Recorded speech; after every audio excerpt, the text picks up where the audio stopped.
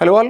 In the previous sessions, we discussed about data analysis and data analytics. In this session, we're going to discuss about something which is very important in data analytics, that is called dispersion. What is dispersion? Why exactly this dispersion is used in data analytics? We're going to understand in detail right now.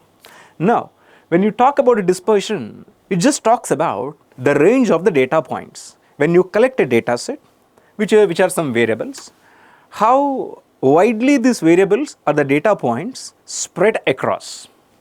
What is this, how widely these data points are getting spread across?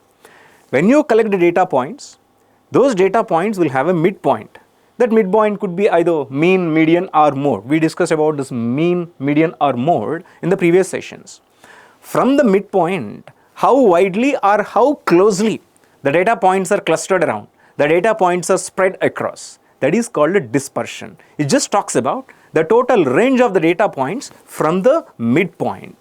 There are several approaches to measure the dispersion. We are going to understand and get into the details of all these ways or approaches. The first approach is a range. What is the range? The range in the dispersion, the range approach in the dispersion will tell you the exact difference in between maximum value and a minimum value within a data set.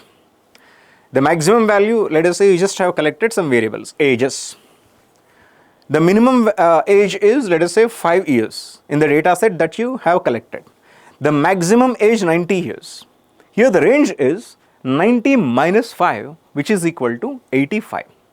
This is what exactly the range. Range is a simple approach of identifying the dispersion. But the problem with the range is this range also includes the outliers. What is an outlier? Outlier is a data point which is not going to contribute much to our model. That is called an outlier. So this range also, since it is going to include the outliers, it just not is as sufficient as we expect.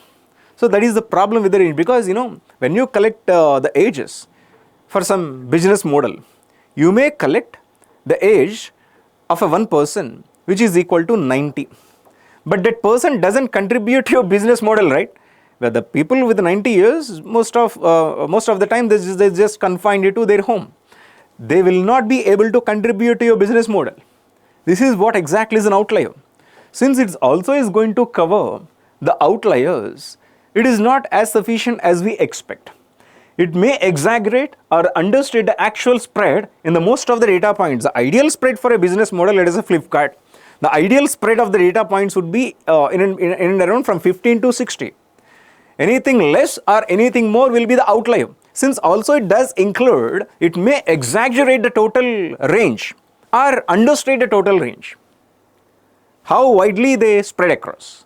That is the problem with the range. And the next thing is the variance. Variance is one of the important approach to calculate the dispersion. What exactly is a variance? In order to understand a variance, we should be able to understand the word deviation. What exactly is a deviation? Now, for an instance, you have collected several data points, several variables in a data set. For a data set, all these variables are distinct in numbers. For that, we just need to calculate a mean. What is a mean? Mean is the average of all these variables. Alright. Now the deviation is the difference in between one variable from the mean. In the other words, if you subtract the mean from every variable, you are going to get a deviation with respect to the variables. The average of sum of this squared deviations is called the variance. Once again, what is that? I will tell you. It is the average of sum of the squared deviations. You just need to understand this term carefully. What is the average of sum of the squared deviation? What is the deviation? Deviation is the a variable minus mean. It is the deviation. Now, we need to square this deviation. There is a question, why do we need to square the deviation? When you talk about the dispersion, this dispersion will talk about the range. How widely or how closely the data points are spread across the midpoint, right? Here, but the thing is, when you take the mean, data points will be sprawled across in both directions. Some values will be greater than the mean. Some values will be lesser than the mean. If you subtract, a mean from the value which is less than the mean, obviously the value will be in the negative direction, negative magnitude. These negative magnitude are not going to, we just are understanding how widely or how closely those are spread. Here when you get a negative value, this negative value and a positive value may cancel each other. We would not be able to calculate the actual spread. For that reason, we should be able to square them. When we square them, negative values will become positive values, right? This is the essence of squaring a deviation. What is the deviation? Deviation is the data point minus mean. When you square this, it is going to contribute to your variance. What again is the variance? Variance is the average of sum of all the data points. Let us say Vi is one data point. Vi plus 1, Vi plus 2, all the data points mean square. When it is divided by n, this is your variance. Let me show you. You understand? Again, the variation is of two types, population variance and the sample variance. Population variance is the standardized variance. That is what we are talking about. What is the population variance? This population variance sigma square is equal to, what is the x here? X is the data point or a variable. I would say V. What is mu? Mu is the mean. X minus mu will give you the deviation. And you just need to square. And average of sum of all these deviations, where I is equal to 1 to n, sigma of I is equal to 1 to n, xi minus mu square is what? Average of, rather, this sum of all the deviations, which is called variance. Now, this must be divided by n. That will give you the actual variance. Once again, this is the mean. This is the deviation. Deviation should be squared. And all the deviation should be added. Right then, you should be able to take the average. What is n here? N is the total number of data points. When you divide the total deviations, rather, the total square deviations by the total number of data points, you will get the variance, population variance. There is also something called the sample variance. We are going to understand the sample variance.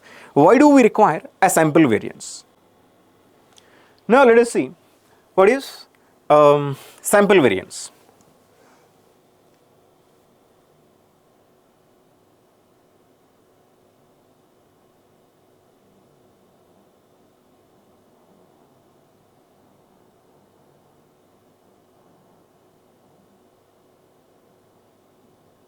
Now, let us understand what exactly is this sample variance.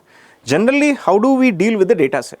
When the data set is collected, it obviously will be very huge. You are not going to collect a simple data set or a sample data set. When you collect the data set will be spread across over a wide range.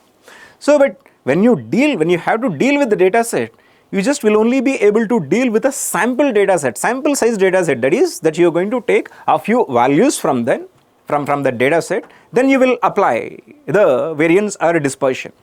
Now here, the sample variance is the variance that is going to get calculated on a sample size of the total data set. That is what? The sample variance. I will explain you by using a simple approach. How exactly the sample variance is going to be calculated. Okay. Now, let's take a sample data set 2, 4, 6, 8, 10, in which we are going to calculate the mean. What is the mean here? Just a minute.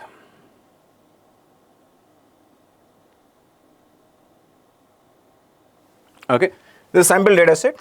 This sample data set actually is collected from the total data set. Here we are going to collect the mean. What is the mean? Mean is the average. Average is equal to 6. Okay. Right, then we are going to calculate deviations and square them. and each and every data point we'll need to perform, we need to subtract the mean from every data point.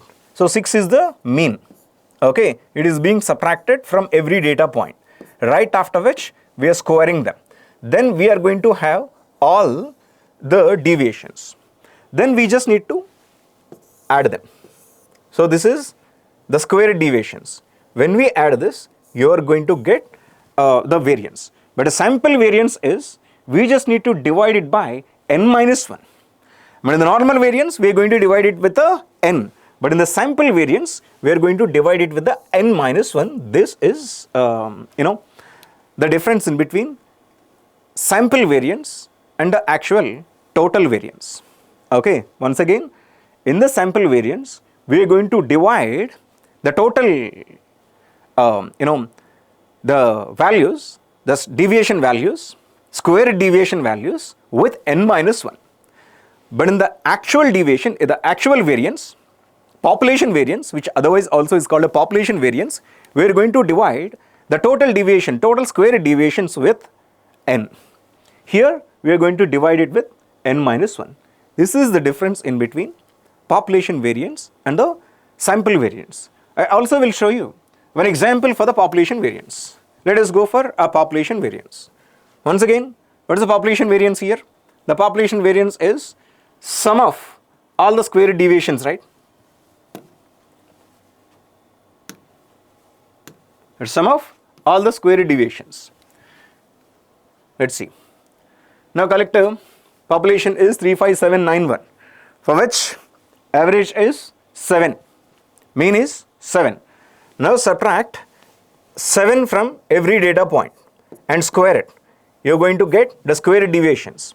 When you add all the square deviations, you will get a sum. When you divide the sum with n, that will be the population variance. You just need to divide it by n. In the population variance, you need to divide it with n, and sample variance, you need to divide it with n minus 1, because we just are applying only a sample data set there. That is the difference in between population variance and the sample variance. Thank you.